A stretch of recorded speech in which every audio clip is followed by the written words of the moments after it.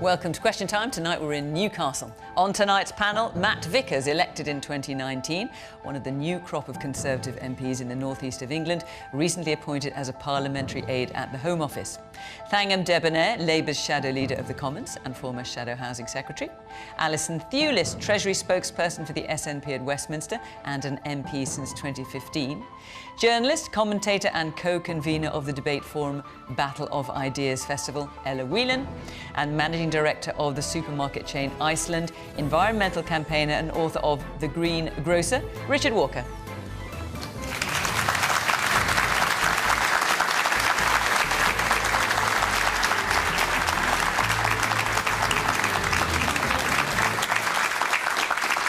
Good evening. Welcome to my panel. Welcome to the audience here in Newcastle. Great to see you. And, of course, welcome to you at home as well. Do join in the conversation on social media in the usual way at BBC Question Time, and we'll see what you've got to say about tonight's topics. And to that end, let's have our first question from Steph Colwell. What picture does it paint to the general public now that two of Boris Johnson's ethics advisers have resigned? Matt, I'm going to start with you. What picture does it paint? I think they both resigned for very different reasons, I think, by all accounts. I don't know the ins and outs of why that resignation occurred. We've seen the statement from Number 10 on it today. The suggestion it relates to subsidies on steel. Actually, people in my part of the world will be very happy to hear that there's still subsidies being put in there in efforts to protect British jobs. But actually, I don't know the ins and outs.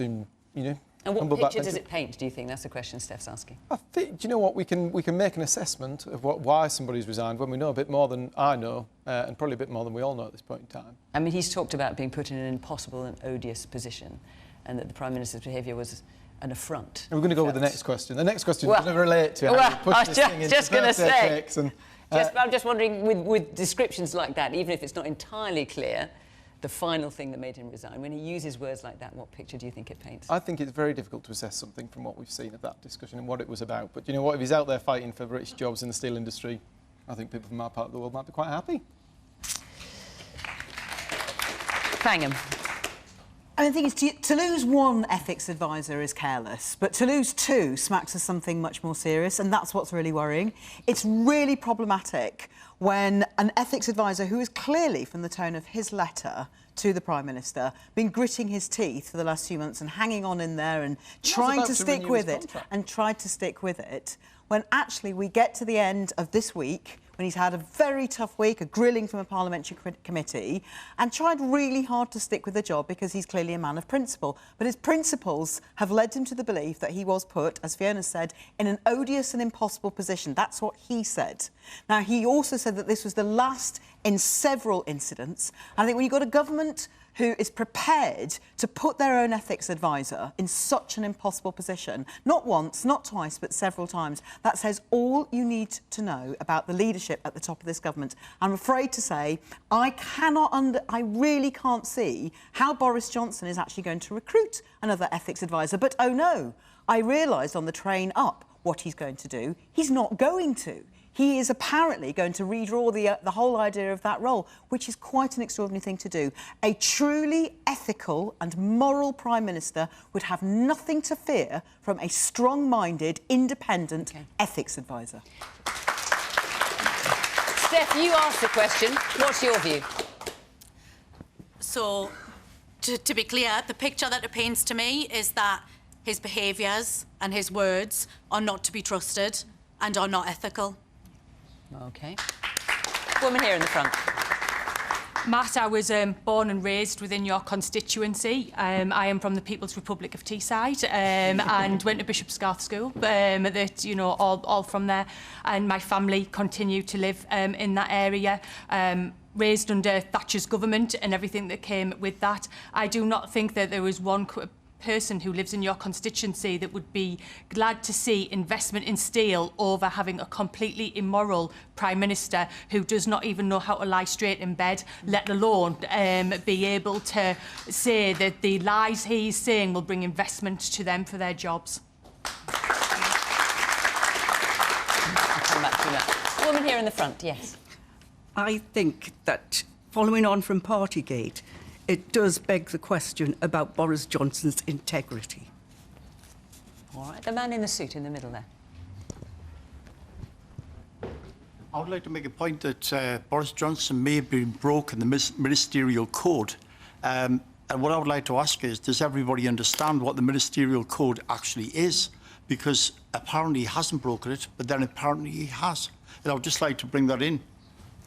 OK. Well, the Ministerial Code outlines a number of things. For example, that ministers should declare self-interest, that they have to obey the law, that they have to abide by the Nolan principles. I mean, I could go on at length, but there's a whole list of things that the Ministerial Code suggests.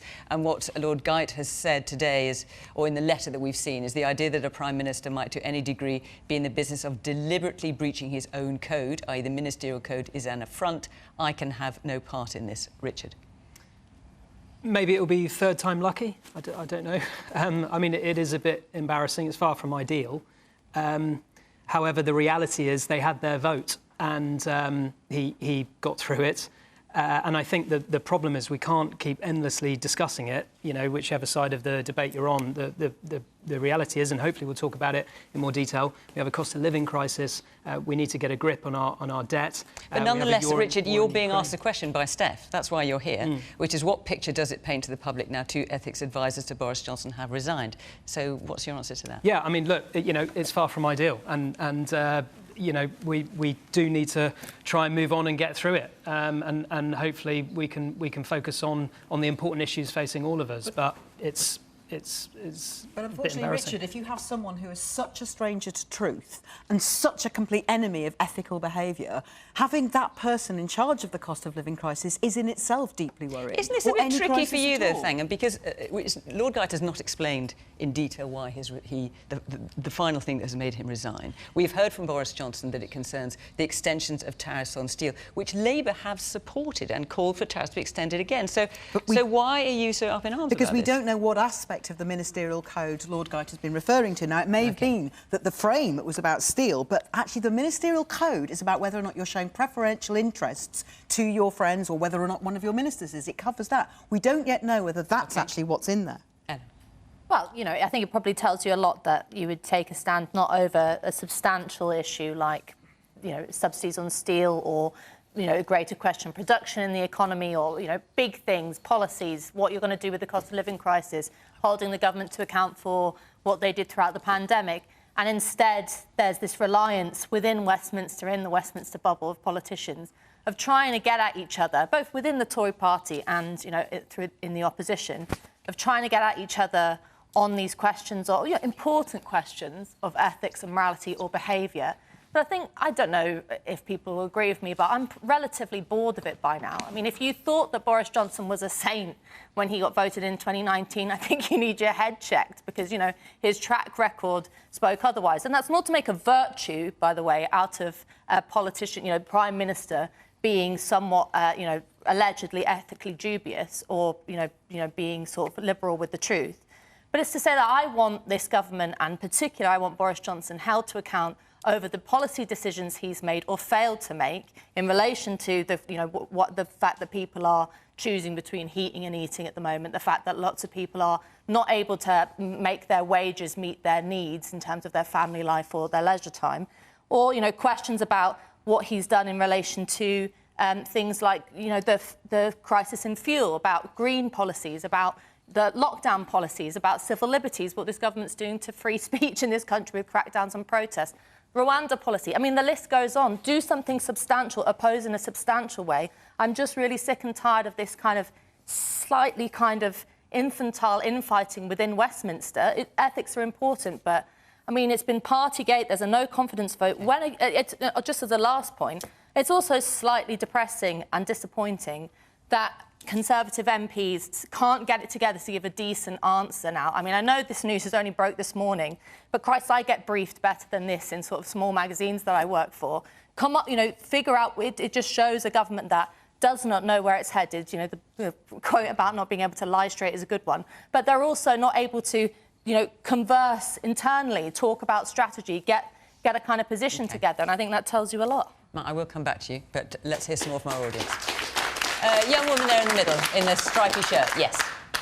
I think for an elected representative, a Prime Minister, nonetheless, to have so blatantly broken the own rules that he set, is just an absolute disgrace, and that should be a government that does not continue.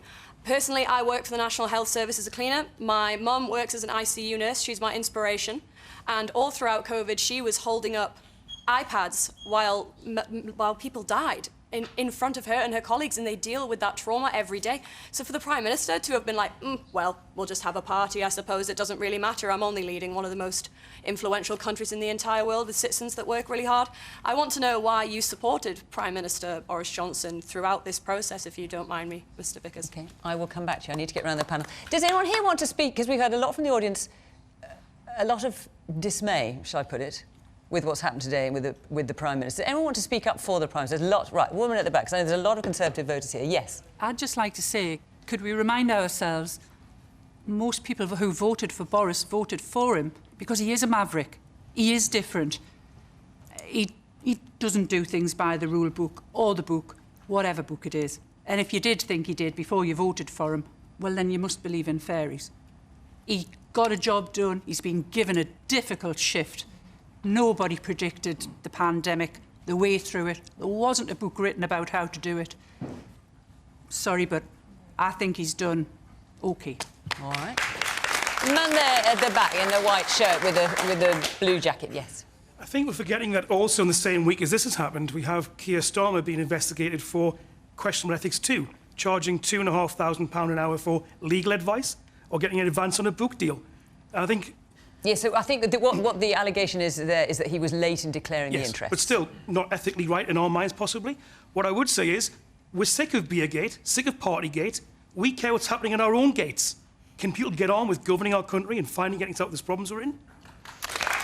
Alison. Yeah, and I think lots of people would move on from that. I think the point that was made by the lady whose mum's a nurse is that lots of people can't. Lots of people know exactly what they sacrificed. They know exactly what they gave up during COVID. I've had constituents of mine getting in touch who were working in hospitals, had to bar the doors as people banged in the door to say goodbye to their loved ones. While you had the Prime Minister partying up in Downing Street, having parties to say goodbye to civil servants when people couldn't actually say goodbye to their loved ones. But nonetheless, that Lord Geidt did not resign over that, and he did not resign over party. He's resigned over something else. He's not explained what it is. The Prime Minister has given his explanation as to what it is. Yes, and there's some suggestion that I saw mentioned on the press earlier on that it's less about the steel industry, more about steel donations that Boris Johnson and his ministers Of course, we don't know that at all. And we won't know, but we will, I'm sure, in due course, find out, because all of these things come out in the wash eventually. But this scandal is just following the government around. It is bogged down in this scandal. It can't move on because people can't move on. And I think the only way for the Conservative Party to do anything about that is to get rid of Boris Johnson, and they failed to do so last week. Man here in front, a suit and tie. I think the thing with Partygate is it feels like he was in there kind of laughing at us working class people who were just going about. We weren't seeing family. I had my mum going to see my nana through a window in a nursing home. And when she did get to go and see it all masked up and stuff, and he was in there partying up with friends, mixing, no social distancing. And I just think, to be honest, it's a disgrace. Some things are inexcusable, and that is inexcusable. OK. The man here at the front. Hang on, we'll just get a microphone to you. Hang on. I had this conversation at work today, and basically I asked members of staff at work who didn't break COVID rules. And bar none, everybody broke COVID rules in one way, shape or another. The 20 minutes walk went to an hour. Nicola Sturgeon takes a mask off, caught twice. On 2 occasions wear a mask off. Keir Starmer caught with the mask off. Everybody's broke the rules over a period of time, but it just seems to be dragging on and dragging on and dragging on around this Partygate. Can it please just stop and let's move on to more? Prioritise the country, not prioritise Boris fashion.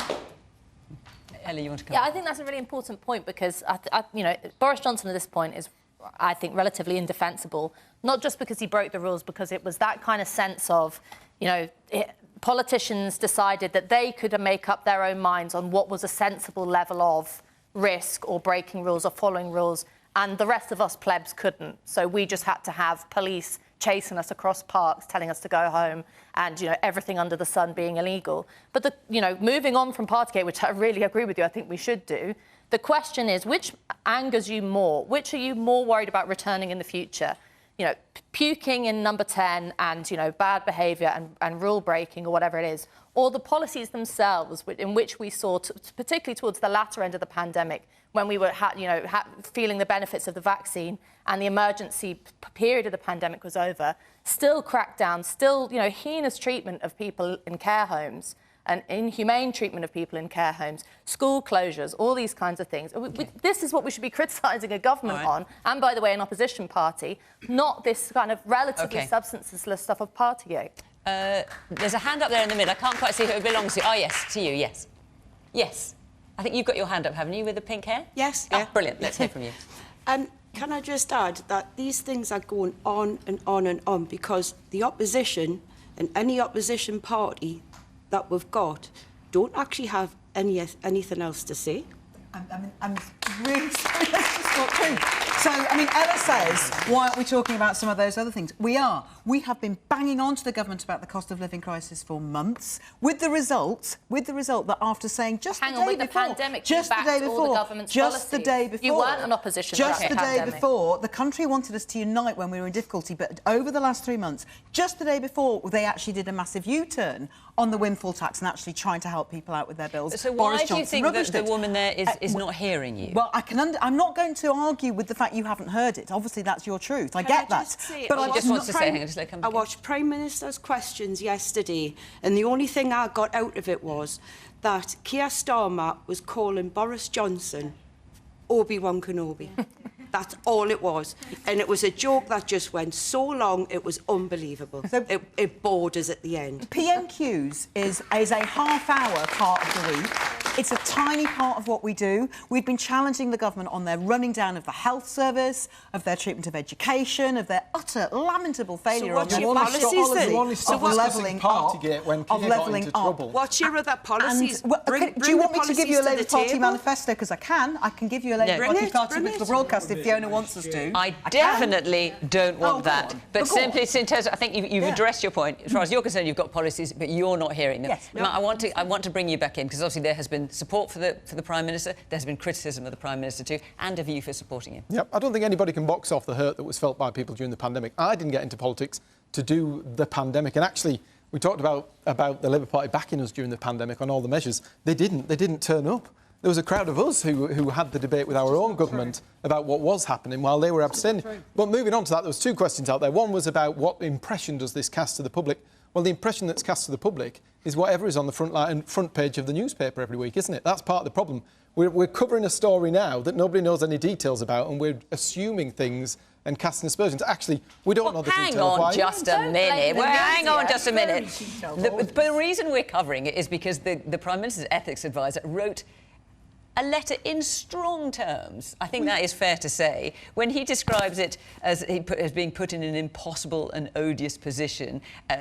The Prime Minister breached his own codes in the front, he wants no part in this.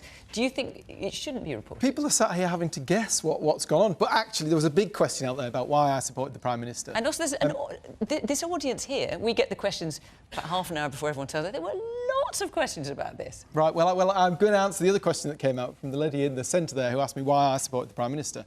And we all know the heartache that went on during the pandemic. It was awful. It was god-awful, 2 years of everybody's life. There was youngsters who were, put through terrible situations at school. There was people who really suffered, people on the front line of the NHS who had to give their lives for 2 years to this cause.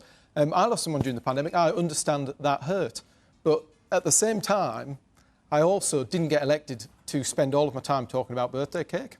And why I backed the Prime Minister, well, you would have us talk about it every week at the MPs. And actually, the reason I backed the Prime Minister is because when I entered politics and was elected in 2019, this country had been tearing itself apart over Brexit for years. He got it done. He moved us on. We then went into a pandemic, one of the toughest cards we could possibly be dealt. We could still be wearing masks now if it were not for the most effective vaccine rollout. The fastest vaccine. Not once, not twice, three times. We've emerged from that pandemic. And thanks to the support that the government gave during that pandemic, when it started, we thought there was going to be mass unemployment. We thought this country would be, with the dogs, absolutely battered and we'd be mass unemployment. Actually, employment's in a really good place. The economy is in a really good place because of the measures that were put in place. What? And that's why, like you're in a good place? Moreover, hang on. When you say the economy's in a really good... Well, OK, you're doing a whole long list, but when you say the economy is in a really good place, there is a small issue. There is jobs left, right and centre. We had the fastest growing economy in G7 last year. Pay their bills. That's, I'm sure, going to come and that's, of course, that's not the government's fault, but you want to take credit for other things which aren't the government's responsibility either. The scientists came up with the vaccine. People here, people across the country can't pay their bills. That's the long and the short of it. We're going to come back to the cost of living. That's the long and the short of it. But on my answer to why I back the Prime Minister, as a Stocktonian, I can tell you about what's come to Stockton.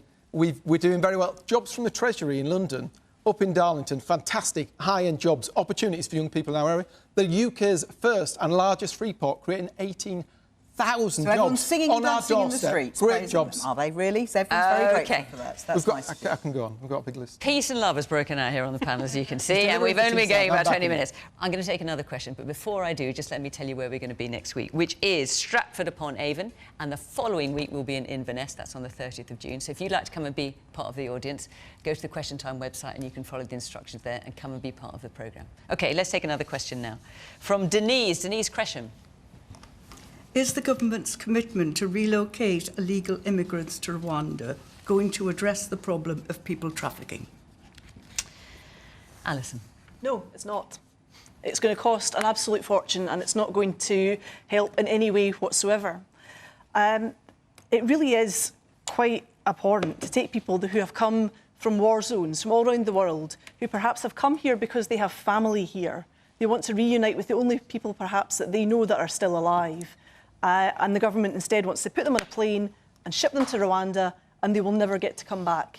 And I think that is just the most abhorrent thing to do to vulnerable people, the most desperate people in the world. And I cannot believe that the government would go ahead with such an awful plan. And it won't fix the problem either, because most of the people that are coming over in those small boats, they're coming over because the only way you can claim asylum in this country is by getting here. You can't claim it from some other country except for very limited circumstances, such as the very limited number of people that are allowed through the Afghanistan scheme and the small numbers of people that have so far made it through the Ukraine scheme. So you have to get here to claim asylum in the first place. And there is no other mechanism to do that. And the government knows that and does nothing about that. And they have no interest in doing so, and so it seems. Richard. Look, you know, this is a horrific issue. It needs to be dealt with a lot of humanity.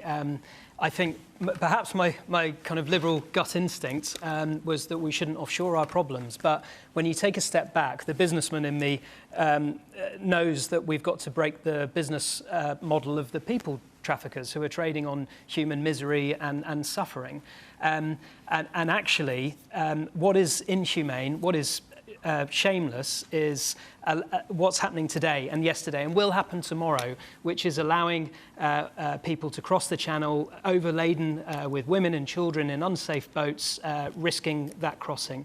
I don't have any alternative solutions. Be interested to know if anyone else on the panel does. But in the absence of other solutions, I think this is obviously controversial. It's obviously a bold idea. But if it can happen in the numbers that the government are saying, then actually that would break the business model and it would stop something that has been happening for far too long, and we need to get a grip of it. Yeah, the man at the back there. Hi, most of these people crossing the channel are young men looking for work, and all I'm going to say is when all these four-star hotels are full up, when the immigration centres are full up, where do we put these people? Where do we put these people? Because we're going through a crisis ourselves, and it seems to me the money spent on this problem is more money spent on them than it is on our own kind. And we can't keep on letting these people, like the woman on the panel says, the only reason how they can get in is coming across. That's inviting these people to come into this country. What we're going to do when it's all full and there's no room left? Yes, they are. Yes, they are. And a safe place, and they're running away from France, they're running away from Spain, and they're coming over and risking their lives. Let's just hang on a minute. We'll just get the microphone to you. So, do we put them up in the four-star hotels? Do we? Sorry, what are you trying to say? We couldn't hear you. They're human beings, and Yes. we're forgetting that word. They're humans. Yes, they are. Escaping dreadful conditions. What, because they like our conditions? Because it's an easy touch. We are an easy touch. That's why there was 400 yesterday. That's not working. OK. Let's hear from the man in the front here in the striped shirt. What's gentleman on the end said about women and children come across, I very rarely see that. It's middle-aged men under 40. Now, they're coming mainly, when they're crossing from Calais, they're coming from a country that's not at war. They're coming through, they've come through 7 or 8 different countries to get here to come across. And my question to the SNP person is, these people, that was 600 in the last 2 days, are you going to take them in? Where are you going to put them? I'm a humanitarian. I believe that people from Ukraine who are fleeing should come here, but people, just a second, people that have come across through 7 or 8 different countries to get here, and then they're coming across, risking their lives. Yes, I know about all the people that are paying, they have to pay 10,000 and all that, but they're risking their lives to come across a very busy channel, right? They're here now. Where are you going to put them? So in my constituency in Glasgow Central, we've got the highest immigration caseload in Scotland. We have been the main resettlement place in Scotland for people, but every single Scottish local authority, every single one of them took people as part of the Syrian scheme because that was a good scheme, it was a funded scheme. What happens in the Home Office just now, the reason that people are being put in hotels is that because the Home Office is underinvested in its staff. They can't process the claims that people are making, and they are stuck waiting in limbo for ages. If that wasn't the case, people could work, people could get on with their lives. Instead, they're being kept up in these hotels rather than being allowed to move on with their lives to contribute to the economy. They could be rapists, murderers, everything. They're coming, you don't know who they are. They could be coming next year. Well, but check who they are, check. They don't even have documents. I'll just put one fact in here, which is that 71% of applications, this is according to the Refugee Council, were granted asylum or protection at the initial decision stage. That's but where 2021. are the 600 that come in the last 2 days going to be housed? OK, no, we hear what you have to say. The woman there in the glasses. I'd just like to ask people who, have expressed views of, where we're going to put them and why should we have them, about how desperate, think about the most desperate situation that you could think of in this country, and how desperate would you have to be to leave this country and to flee and to go across Europe or wherever else. So I think we should bear in mind these people are human beings who are fleeing desperate situations, whatever they might be. OK. Thangam. So, will it work, was the question, I think, originally. Well, no. Because, first of all, it's fundamentally... Well, it's already not working. We've heard from several people... It's only just started. It's only just started. But the threat of it has been known about for some time, and we were told, when this plan was announced, that the mere threat of it would be enough to shut down the business model of the traffickers. It's not shutting down the business model of the traffickers, because the traffickers have nothing to lose by continuing to take money, whatever happens to the refugees at the other end. So it's not actually tackling the problem the government said they wanted to crack down on. Now, what they could do, if they wanted to crack down on people traffickers, which I don't see any evidence of, is not cut the National Crime Agency. They could set up assessment centres closer to centres of conflict so that assessments could be done rather than people making any crossings across Europe or as far as Calais. But fundamentally, I think this is an un-British thing to do because it's ruining lives and it is dumping people on another country, on a developing country. So to the points, costing a vast... To the points, Thangam, the points that you're hearing from the audience, and this is the great thing, because we actually have people here making their points, who are saying, well, where will we house these people? Where will we put them up?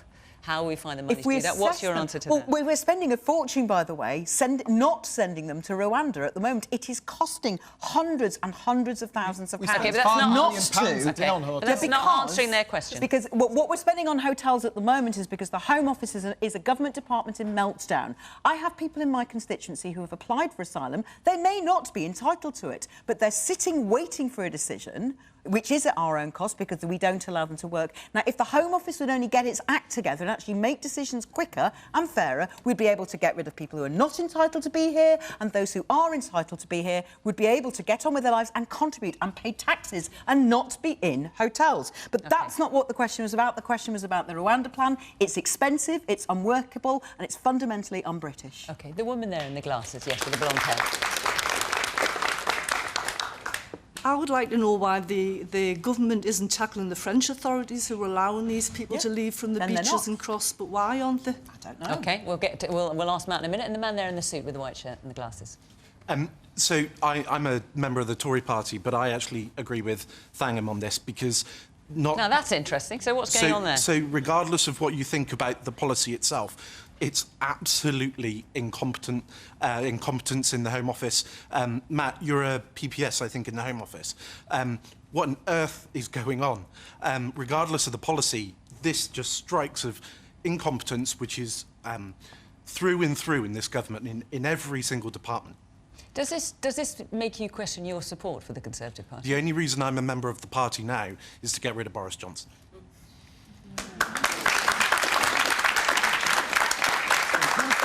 I think one of my concerns about this entire debate is that when you take it down to its rawest form, so it's the most heated discussion we just had, and the problem is that people think one side thinks the other side is racist, one thinks is morally superior. Actually, we have a problem. No one here has accused anyone of racism. No, but that's where it gets to. That's where some of this debate gets to. It gets very heated and it goes, we have a problem.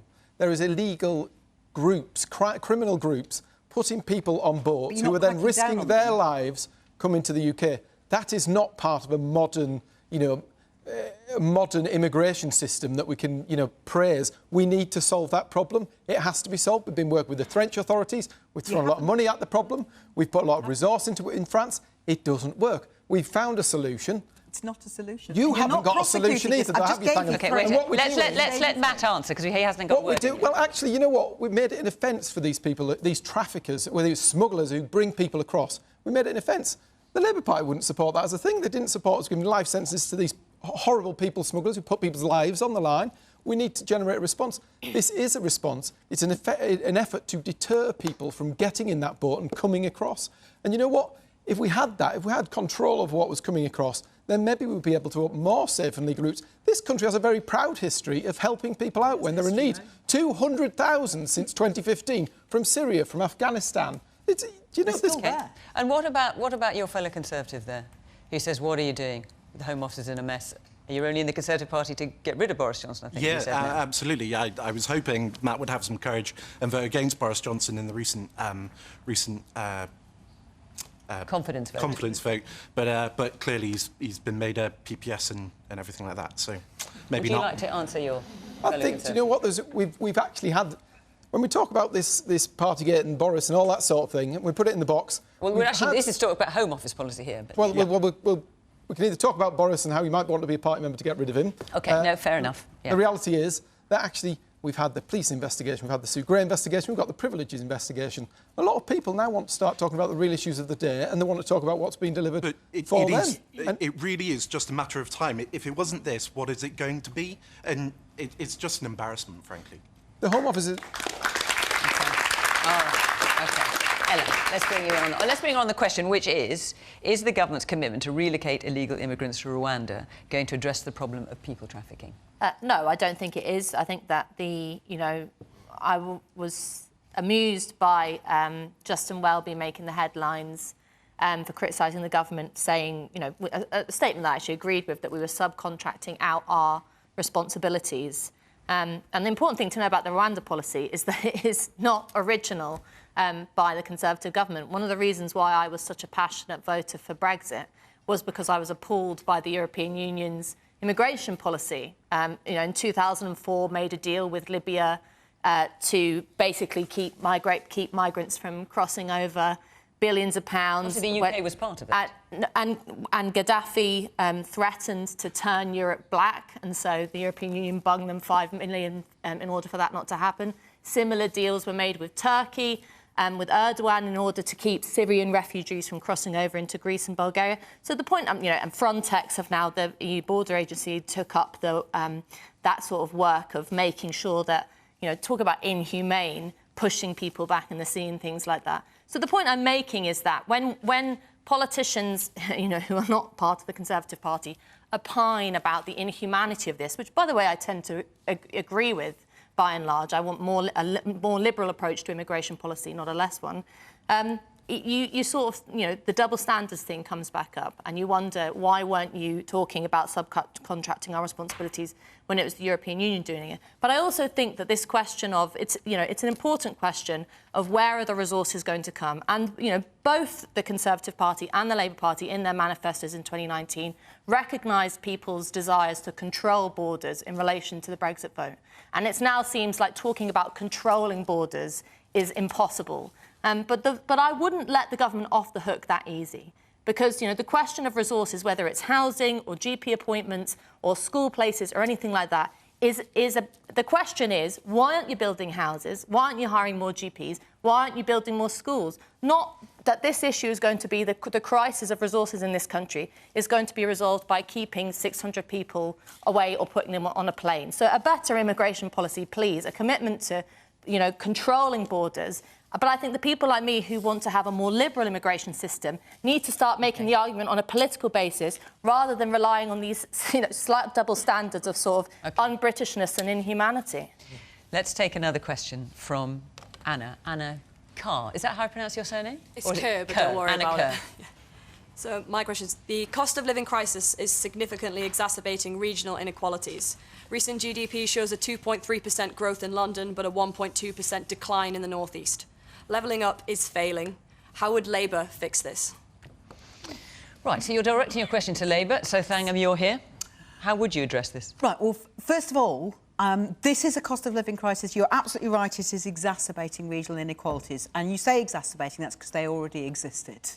And that's because there are parts of the country that, over the last 12 years in particular, the Conservatives have ignored and failed to care about. Now, they're in trouble now because now they're representing some of these seats. They actually have to start to say, oh, we're going to do something for you. I'm afraid to say that the government's levelling up flagship policy as it was in 2019, it's already been shown up to be smoke and mirrors. OK, the question is very deliberately, how would Labour fix this? And I'm just about to tell you. Well, do get on with that. If Labour was in government, what the Tories could be doing instead, and what Labour would do instead, is first of all, we would have an emergency budget. We would start right now, because we are in an emergency. We would make sure that our tax policy worked for small businesses, which have suffered from years of terrible systems of business rates, so they're making people redundant or unable to trade, and that's where lots of people work.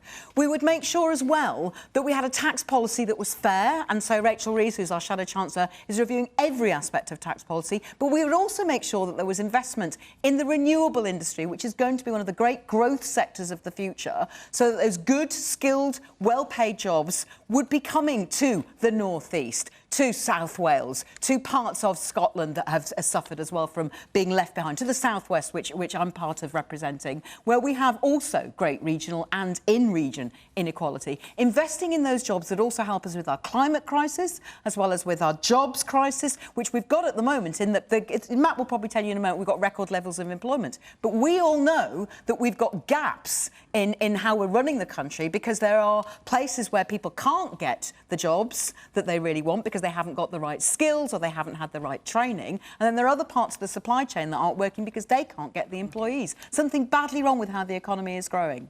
Anna, does that answer your question? Rather failing to grow, I might say. Anna, let me just come back to you quickly before I move around the rest of the audience. Does that answer your question? Yes, it did. Thank you very, very much for that response. And I would now like to direct that response to the Conservative representative. God, I'm going to sit right back. Marvellous. But Anna, you can't catch a break. Don't do me out of a job quite yet. No. Hang on. Let me get round the rest of the audience, because they've also got something to say, and I want to hear that just as much. Yes, the man in front in the red and white top.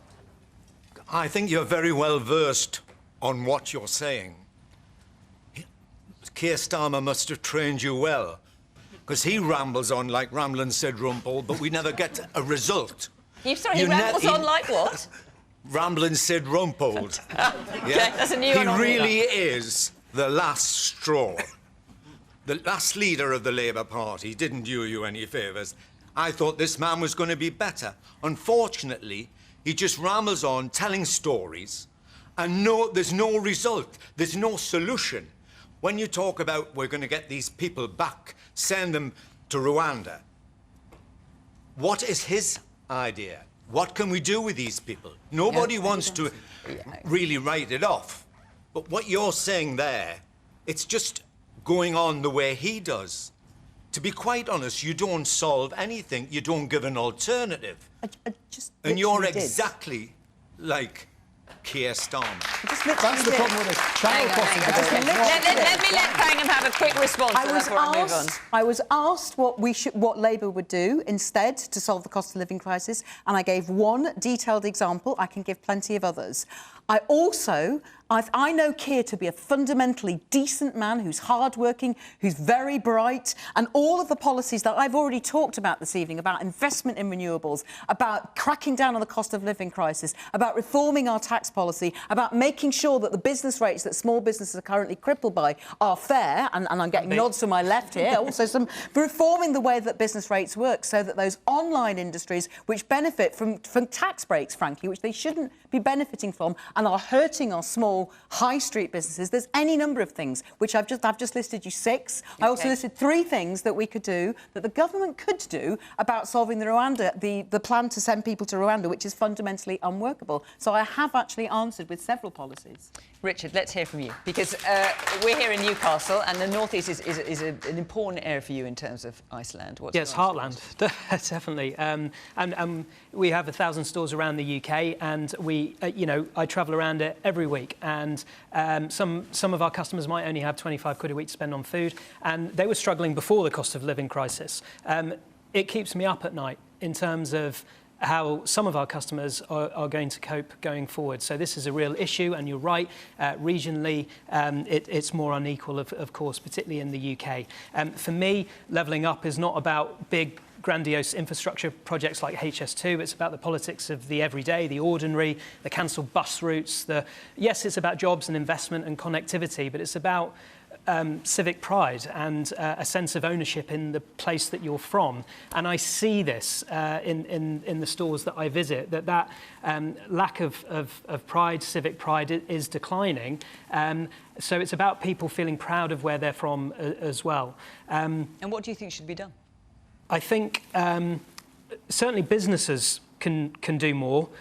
We work day and night to try and keep food as affordable as possible, but as you all know, it's going up. But we're trying a lot, freezing £1 lines. We're launching 3 products for 3p this weekend, 15% off for our staff, 10% for over 60s, loads of stuff. But we can do more, and we will not rest until this cost of living crisis is over. In terms of the government, well, actually, I do actually agree with Thangam that if we look at our high streets, it should alarm us all, and this isn't just self-interest arguing for business rate reform. Retail is the largest private sector employer, but also it's about the sense of place, community. They're the fabric of our societies. And I say this as one of the biggest online retailers in the UK. I think we need root and branch reform, which the government have said that they'll look at. So let's speed it up. Let's get to it. Let's start charging online sales tax and take away this historic taxation from bricks and mortar retailers, which is crippling our high streets and therefore affecting our communities. Man there with the pink shirt. The Labour Party talk a good story, but they've got no real alternatives. They haven't been in power for over 13 years. And when you come to the next general election, you'll still be in opposition because you've got no solutions whatsoever. OK, I think Thangam feels... Now, I'm going to come to you in a minute. I need to get around the audience as well. Yes, the man at the back there with the glasses and the blue shirt. Yes. I'd just like to say the lad at the front there where he said he's joined the Conservative Party to get rid of Boris Johnson. I was in the Royal Navy for over 3 years. I never once joined a ship to try and get rid of the captain. I think there should be...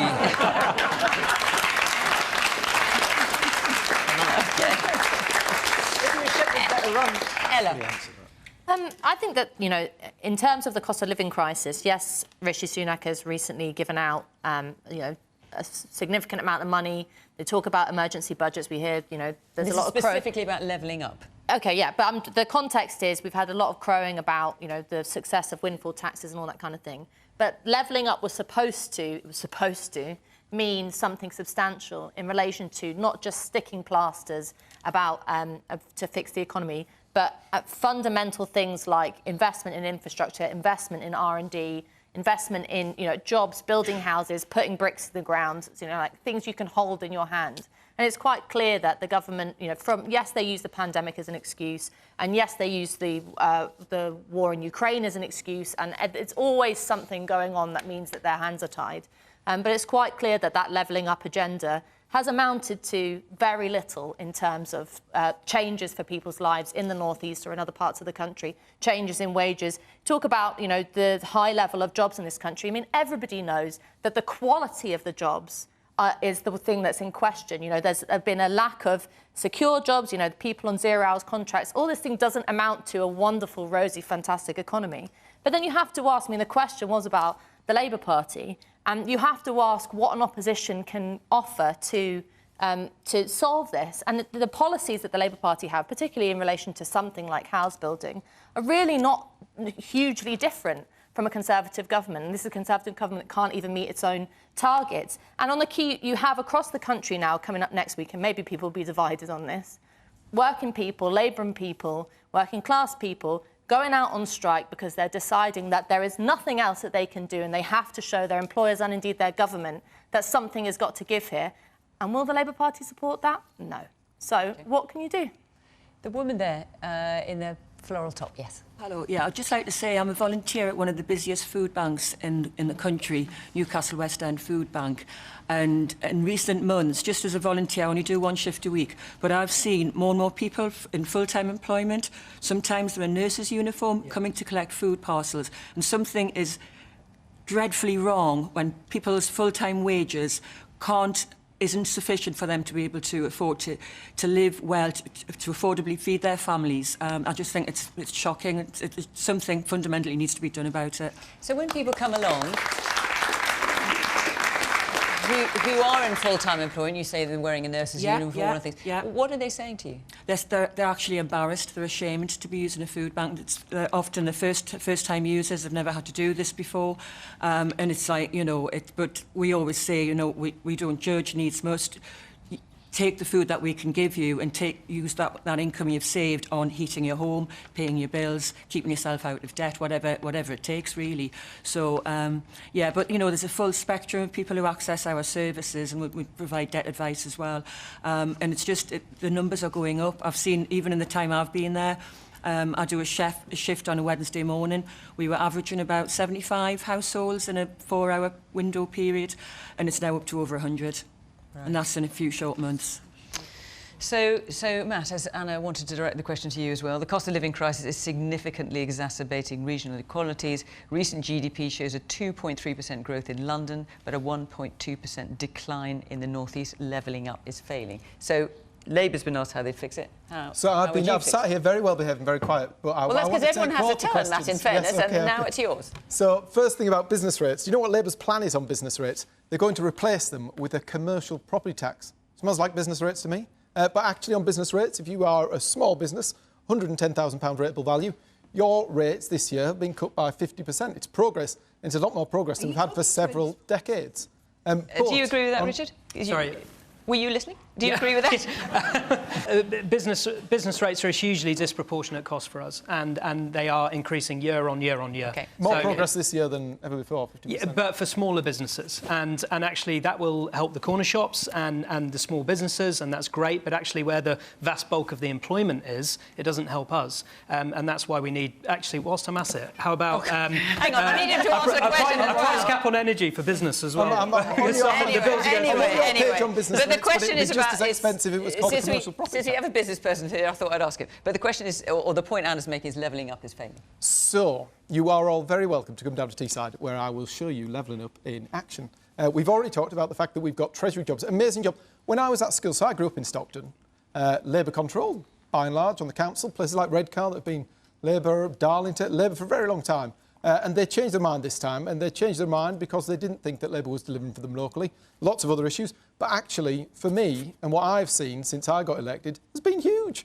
There's a pinch point on the A19 that causes masses of traffic every day, and is an economic hamper to our part of the world. £100 and some million being invested in that. New train station on its way. We'd given up on our airport in Teesside. The Tories have fixed it. We're actually investing, because levelling up is not. It's about hooking up the parts of our economy that can do more. whether that be that Freeport, the UK's biggest and first Freeport in Teesside, 18,000 jobs. These are good jobs, good engineering jobs in that green renewable sector. I've got a town deal in Thornaby, a town with a lot of pride that is now looking at its town centre, getting rid of skanky, horrible buildings that have been sat there empty for years. We're installing a new training hub, which will let youngsters get great engineering jobs. You can come to Teesside and I will personally invite you all to come and look at my new train station, my new training hub for young people who are going to get great jobs. And you can have a look at what we're doing in the High Street. OK, no, we hear you. We hear. I just see that the woman here has put her hand up. So you live in Stockton? I don't live in Stockton anymore, but I was born and raised in Stockton, and my mum still lives there. But Boots on Stockton High Street is just closed down, I think, one of the widest high streets in the country, and you cannot get people other than a charity shop to open on the high street. I'll tell you what.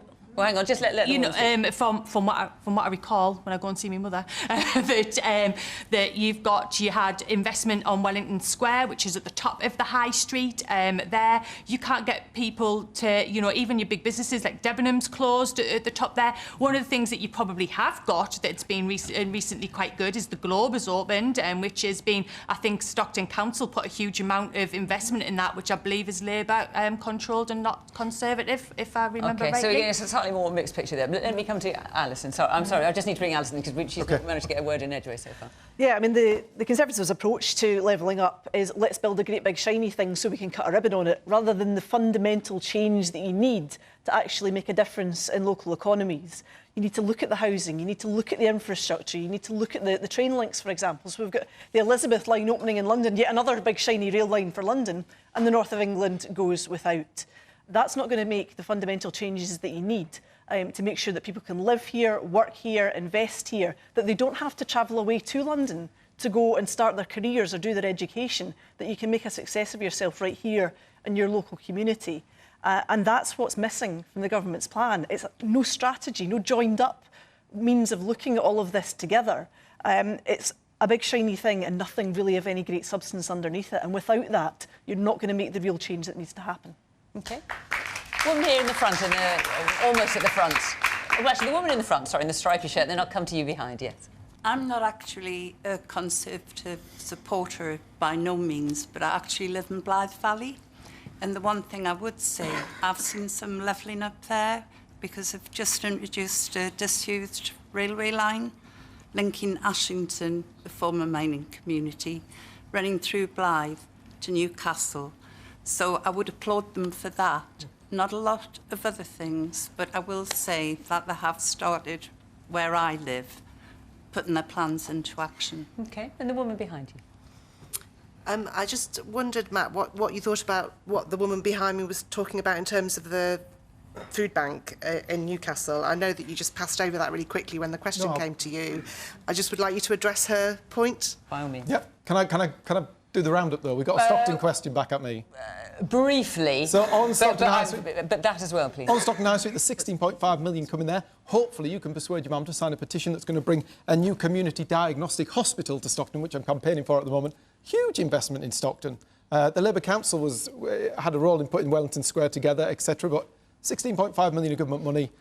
New diagnostic hub. Government's money, it's actually the taxpayers. Hang on. It is taxpayers' Would you like money, to but it's coming north. It's coming north. Would you like to answer the woman there as well, please? Yeah, around food bank usage. Do you know the increase in food bank usage the cost of living crisis is a nightmare. I speak to people every week about what's happened to the... It's not a UK phenomenon that prices on oil and gas and electric are going up and are going through the roof in a way we would never, ever have wanted to see them. It is painful, and every day I speak to people who are suffering that. One of the big things, though, is that money is your money. So the government does not have government money in a blank chequebook. What we give to support people, we've got to take from somebody else or take at some point in the future. So there is a balancing act there. There is support going in for the most vulnerable in the best way that we can, but we've got to manage that, haven't we? Some of the most vulnerable families will get £1,600 extra via rebates, via winter fuel allowance, to try and help. But you know, it's very tough out there, and the best we can do is support those who are most in need. Okay, can I just say, was there not a food plan announced on Monday, and did the government not take on its own advisers' chief recommendations, one of which was to increase the number of children who could access free school meals by something like about 1.5 million children, and if not more, and they've just decided not to do that at all? OK. Richard, you wanted to come back? Yeah, just back to the lady's comment on Boots closing down. We might look at that because we're opening 30 shops a year. However, all we want to do... All other shops are available. All we want to do is open shops, create jobs and pay tax. And yet every single one of our 30 shops is delayed in terms of the new store openings because we have this sclerotic planning system.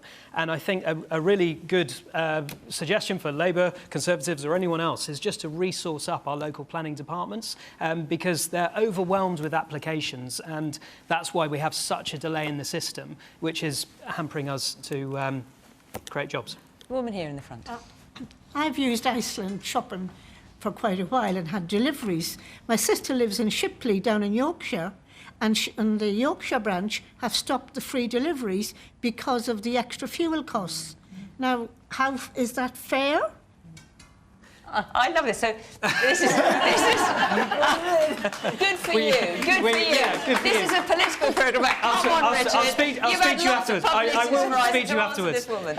We haven't cut any deliveries because of fuel costs. We've actually increased our deliveries 5 times, and actually shoppers are now using it as opposed to driving themselves to shops to save on fuel. It may be for other reasons, but I'll speak to you afterwards. There you go. You're going to get personal service from the managing director of Iceland. Come on. Man there in the pink shirt. Yeah, we've been talking about levelling up for a little bit here. But levelling up itself has only been kind of going for, the last maybe 3-4 years? The one thing that is politicians and governments, and successive governments, they don't seem to have a long-term strategy. That's why our roads were never great, because you can have a Labour government in for 8 years or 10 years, and a Conservative for another 10, 15 years, and everyone's got short-term promises, right? Which doesn't help. Conservative government for some considerable of course, time. It doesn't help. It doesn't help what you were there. What they're there to serve in the first place is have some long-term plans that benefit the whole country and not your party. Yeah, it's for the people, and I think levelling up. That was the idea. It was trying to level up the north and the south, because it has been an issue for a long, long time. And are you feeling that it's coming? Yes, it is. Yes, of course it is, yeah. I think that there's some in Newcastle. They're starting to bring some city centre jobs in, government jobs. I think that the BBC and people like that actually have started to, rather than be institutionalised in London, of starting to push out into the wider economy, yeah? And I think that was the whole idea of the levelling up, is to take some of not just the private sector, but also the government and make them share out the distribution a bit better. We've only got about a minute left. Yeah, just, you know, I think that levelling up is important to talk about, but it's also important to put it in the context of the wider question of the British economy. And, you know, no one is going to turn their nose up at 65 million or whatever it was put in different places, and that's to be commended, and more of that, please.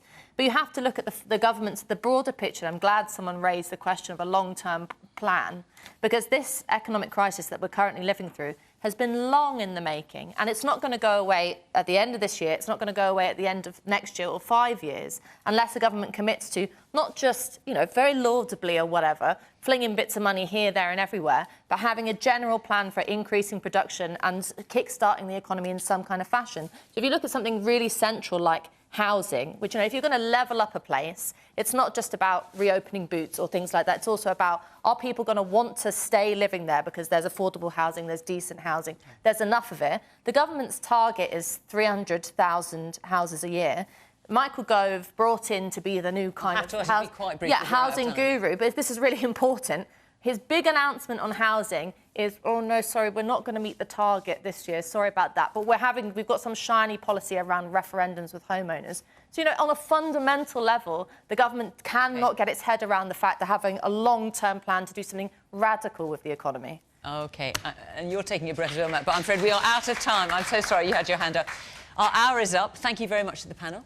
Thank you very much to the audience for coming along and being so lively and engaging. And, Madam, you will get your question answered about Iceland, which is absolutely fantastic. And, of course, thank you very much to you at home for watching from Question Time in Newcastle. Bye-bye.